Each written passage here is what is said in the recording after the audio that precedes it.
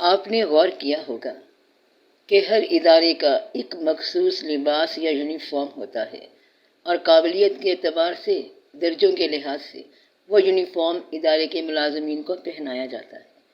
پھر اس کے علاوہ کسی مریض کو دیکھا ہوگا جس کی سرجری ہونے والی ہو، اور آپریشن تھیٹر میں جانے سے پہلے اس کا لباس بھی تبدیل کروایا جاتا ہے۔ اسکول کے اعتبار سے وہاں کا یونیفارم، وہاں کا لباس بھی ہر ادارے کا مخصوص ہوتا ہے۔ تو وہ کہتا ہے کہ جب تک میں اس دنیا میں ہوں تب تک تم پر کوئی مصیبت، کوئی دکھ نہیں آنے دوں گا، لیکن جب میں اس دنیا سے چلا گیا تو میں کیا کر سکتا ہوں؟ بس پھر اللہ کے حوالے۔ سننے میں کافی عام سی بات لگتی ہے کہ وہ اس دنیا میں تھا لیکن اب وہ اس دنیا سے نکل گیا۔ کون سی دنیا؟ یہ دنیا کیا ہوتی ہے؟ یہ دنیا تو پھر میرا جسم ہوا، کیونکہ جب تک میں اس میں ہوں تو میں تمہارے لیے کوئی مصیبت نہیں آنے دوں گی، میں ہر دکھ کا سامنا کروں گی، لیکن جب میں جسم سے نکل گئی پھر تو ظاہر ہے کہ میرے ہاتھ، پیر، آنکھ، کان، زبان سب بے جان ہو گئے، اور میں جسم اس دنیا کے اندر نہیں ہوں گی تو کیا کر سکوں گی؟ کچھ بھی نہیں کر سکتی۔ تو گویا میری اصل دنیا میرا یہ اپنا جسم ہی ہے کہ جس کے اندر ہوں تو دنیا کے اندر ہوں، اور جس سے نکل گئی تو دنیا سے نکل گئی، اور ہمارے ارد گرد ایک نہیں، دو نہیں، ہزارہا دنیائیں گردش کر رہی ہیں دوسرے جسموں کی شکل میں۔ دنیا حقیقت میں ہمارا یہ جسم ہے، اور جسم ہمارا اس دنیا کا ایک لباس ہے جو اوڑھا دیا گیا ہے، پہنا دیا گیا ہے اس ماحول میں، اس کی آب و ہوا میں زندہ رہنے کے لیے۔ تو میرا لباس، میری دنیا اس وقت یہ جسم ہے کہ، اور ہم نے کہا تم سب اترو۔ کمال ہے، ہم جب بھی ترک دنیا کی بات کرتے ہیں تو سوچتے ہیں کہ باہر کی دنیا چھوڑنا ہے، باہر کے لوگوں سے قطع تعلق کر لو، ویرانے میں بیٹھ جاؤ، تنہائی میں گم ہو جاؤ کہ دنیا ساری ہم سے باہر ہی ہے۔ ارے دنیا تو تم ساتھ ساتھ لیے چل رہے ہو، یہی اپنا جسم ہی تمہاری دنیا ہے، اور اسی دنیا کے حکم پہ تم سب عمل کرتے ہو۔ ترک کرنا ہو تو اس کے ان حکموں کا ترک کرو جو خواہش بنا کر یہ تمہیں اللہ کے احکام ماننے سے روکتا ہے، تم اسے ترک نہیں کرتے۔ تو باہر تمہارا کیا ہے؟ باہر کا حساب تمہارے ساتھ ہے ہی نہیں، حساب تو تمہاری اپنی شے کا ہونا ہے۔ اور اس لباس میں آنے سے پہلے، اور اس میں ان کا لباس ریشم کا تھا، اور اس لباس میں، اس کیفیت میں پھر شیطان نے ان کو وہاں سے ڈگمگایا، پھر انہیں اس عزت اور راحت سے نکالا کہ جس میں تھے۔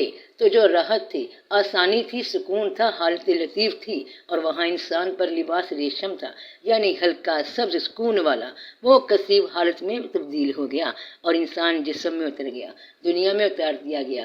یہی دنیا کہ جب تک میں اس میں ہوں تمہارا ساتھ دوں گی، لیکن جب اس دنیا میں نہ رہی تو پھر پہلے بھی اللہ ہی وارث ہے تمہارا اور میرا، اور بعد میں بھی وہی وارث ہوگا۔ تو جنت میں حالت لطیف تھی، کیفیت روحانی تھی، دنیا میں حالت کثیف ہوئی، کیفیت جسمانی ہو گئی، اور اب جس وقت اس لباس کو بھی بدلنے کا وقت آ جائے گا تو پھر انسان کا سامنا دو طرح کی کیفیات، دو طرح کے لباس سے ہونے والا ہے۔ جنہوں نے نیک اعمال کیے تو بے شک اللہ ان لوگوں کو جو ایمان لائے اور اچھے کام کیے باغوں میں داخل کرے گا جن کے نیچے نہریں بہتی ہوں گی، وہاں انہیں سونے کے کنگن اور موتی پہنائے جائیں گے، اور وہاں ان کا لباس ریشمی ہوگا۔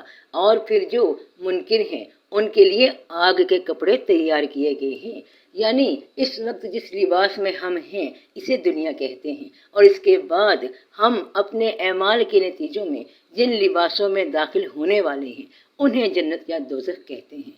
تو یہاں تک کہ جب ان میں سے کسی کو موت آئے گی تو کہے گا اے میرے رب مجھے پھر بھیج دے تاکہ جسے میں چھوڑ آیا ہوں اس میں نیک کام کر لوں۔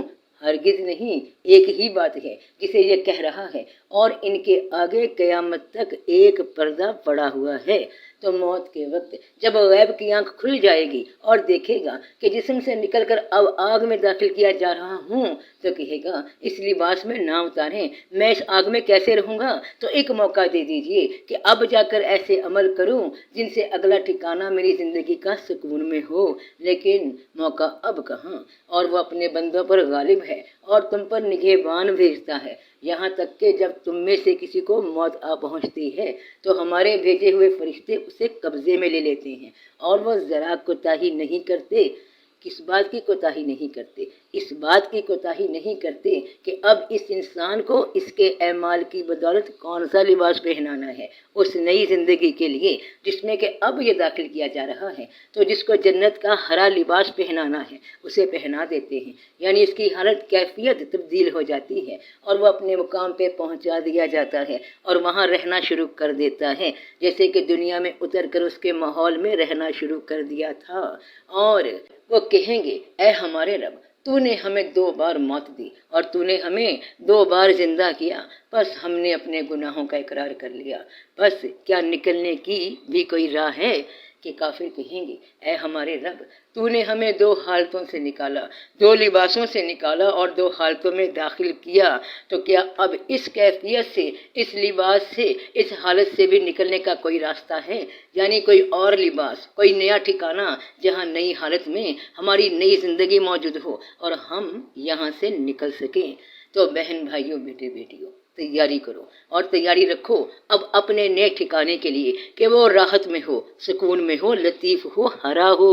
اپنے لیے آسانی کا سامان بناؤ، اگلی زندگی کی پلاننگ کرو۔ وہاں بڑی دیر رہنا ہے، وہاں زندگی بڑی لمبی ہے، قیامت تک رہنا ہے، برزخ کا دور ہے جو بڑا طویل گزرنا ہے۔ اس کے بعد وہ بڑا دن آنے والا ہے جس میں زمین کا بھی لباس تبدیل ہونا ہے، زمین بدل دی جائے گی دوسری زمین سے۔ کیا ہم پہلی بار پیدا کرنے میں تھک گئے ہیں؟ نہیں، بلکہ وہ اثر نو پیدا کرنے کے متعلق شک میں ہیں۔ تو کیا تم یہ سوچتے ہو کہ اللہ دوبارہ وہ سب پیدا نہیں کر سکتا یا تھک گیا ہے؟ نہیں، اللہ ہر شے پہ قادر ہے، وہ سب دوبارہ پیدا کرنے والا ہے، نیا جہان پیدا کر دے گا، نئی زمین پیدا کر دے گا، اللہ تو سب کر سکتا ہے۔ اصل میں تم شک میں ہو کہ دوبارہ کسی نئے جسم میں، کسی نئے ٹھکانے میں زندگی گزارنے والے ہو۔ تم یہ سمجھ رہے ہو کہ بس یہاں مر گئے تو کھیل ختم۔ کھیل تو بہت طویل ہے، بہت ہی طویل۔ تو کرو تیاریاں کہ اب کے نئی زندگی میں دوزخ کے لباس میں اترنا ہے یا جنت کے۔ تو سب کا بھلا، سب کی خیر، جیتے رہو بہن بھائیوں، بیٹے بیٹیوں، فی امان اللہ۔